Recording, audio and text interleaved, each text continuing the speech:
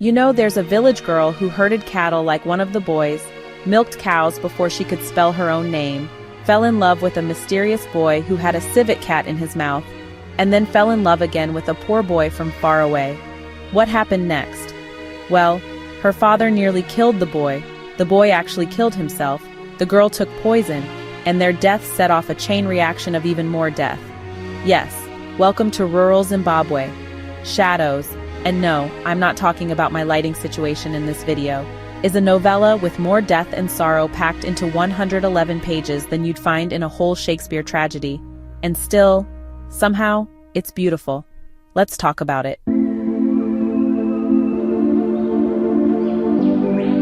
So here's the gist. We meet Johana, a headstrong girl who grew up doing boy things. She herded cattle, milked cows, and didn't exactly take to the classroom. Imagine a girl who'd rather chase cows than conjugate verbs. That's Johana.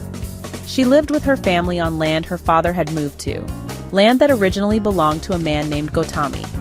There, Johana's father built a reputation for himself as a great farmer. He was respected, even admired by the colonial white authorities. In fact, he kind of got a little too excited about that admiration. Let me read you this gem. He is a master farmer, he remembers. Do people not remember how the white man who teaches the good ways of farming came to our house, spoke a lot of things, many of which no one could understand? Did he not mention my name so many times that people thought I was the younger brother of the white man? Every time he opened his mouth, his tongue danced with my name on it. Who in the whole village has had the white man come to praise him in his own home? They were jealous, their eyes looking at me as I stood there next to the white man like his interpreter, nodding as if I could understand the language of the nose. Page 43. Now that right there is poetry. Satirical, ironic poetry. But also kind of tragic because it gives us a glimpse into this man's psychological entrapment. More on that later. Back to Johana. She's got her eyes on this boy, the mysterious one with a civet cat in his mouth, which I'm assuming is a metaphor. Unless this boy was seriously into exotic pets. He tells her he loves her. And then, nothing. Radio silence. He ghosts her like he's got colonial trauma and commitment issues.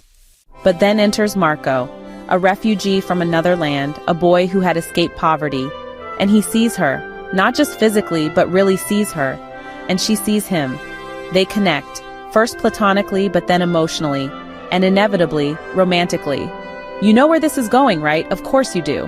It's Zimbabwe's Romeo and Juliet. Johana's father finds out. And let's just say he doesn't take it well. He beats Marko so badly he nearly kills him. What follows is heartbreak. Marko, overwhelmed and crushed, hangs himself. Johana, devastated and suffocated by grief, takes poison. 2 young lives full of promise gone. But it doesn't stop there. Johana's father, now essentially responsible for both deaths, becomes a haunted man. He leaves the village and moves to the city, perhaps to outrun the ghosts. But the ghosts follow him. There, he's branded a traitor and saboteur by the guerrillas, the same ones fighting for independence. His past catches up.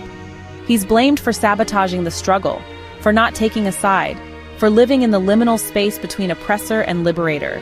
Eventually, he's hunted down and killed by the same people who had earlier killed his sons. Let me pause for a second. That's a lot. And we haven't even gotten to the name of the book yet. The book is called Shadows by Chenjerai Hove. It was published in 1991 by Heinemann as part of the African Writers series, and it's only 111 pages long. But don't let the page count fool you. This novella is dense with grief, memory, politics, and poetry. So what's Shadows really about? Yes, it's about forbidden love and tragic death.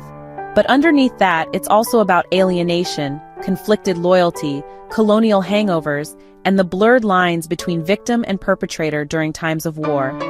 Johana's father is, in many ways, the most complex character. You can't pin him down. One moment he's proudly standing next to the white man as a symbol of success, and the next he's skeptical of their intentions. He fears the unknown guerrillas in the bush, yet he does not outright oppose them either. He floats in the murky in-between. He's not evil, he's not good, he's human. And that's what makes him so interesting. In one of the most nuanced parts of the book, Hove presents Johana's father as someone who is both proud and ashamed, loyal and uncommitted, a protector and a destroyer. He was a mix of everything: apprehension, fear, love, hatred, indecision, and more, just like all of us are. Exactly. He is a reflection of the average citizen caught in the whirlpool of big history. Now let me touch on something that bothered me, and it's something I've noticed in many African novels. There's often this portrayal of African farmers as ignorant or naive. In Shadows, for instance, when Johana's father is told not to bring his cattle to Gotami's land because of the tsetse fly, he's baffled. He doesn't believe flies can kill cattle. Now my question is, would an experienced cattle farmer really not know about the tsetse fly? That seems far-fetched. It feels like a case of equating lack of formal education with lack of knowledge, which is a huge misconception. There's a growing recognition of indigenous technical knowledge in agriculture, knowledge passed down through generations. Take mixed cropping, for example. African farmers have done this for ages, not because they didn't know any better, but because they did. Today, we know that interplanting nitrogen-fixing legumes with crops like maize actually improves soil fertility and food security. Science is just catching up. So while I understand that Hove was trying to highlight his character's vulnerability, it sometimes leans into a trope I personally find troubling. As for the writing style, chef's kiss. Hove writes like a poet. The whole novel reads like a long, lyrical prayer. There are shifts in narration from omniscient narrator to Johana's mother, but they're smooth. There's no jarring bump like you get in some books with multiple perspectives. The imagery is rich, the symbolism is thick, and the prose? It lingers.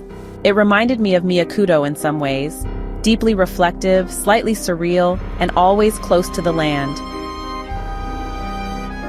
So who was Chenjerai Hove? Born in 1956 in Zimbabwe, Hove was one of the country's leading post-colonial writers.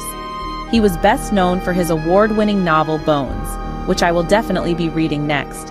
But Hove wasn't just a writer, he was a truth-teller.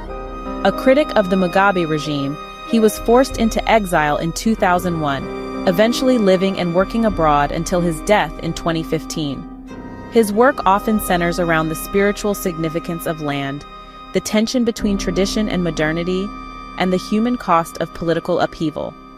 In many ways, Shadows reads like his own spiritual exile, a quiet condemnation of the systems that chew people up and spit them out, no matter which flag is flying.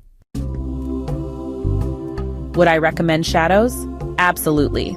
It's not a light read emotionally, but it's a short one, and every page earns its place. It's the kind of book that stays with you.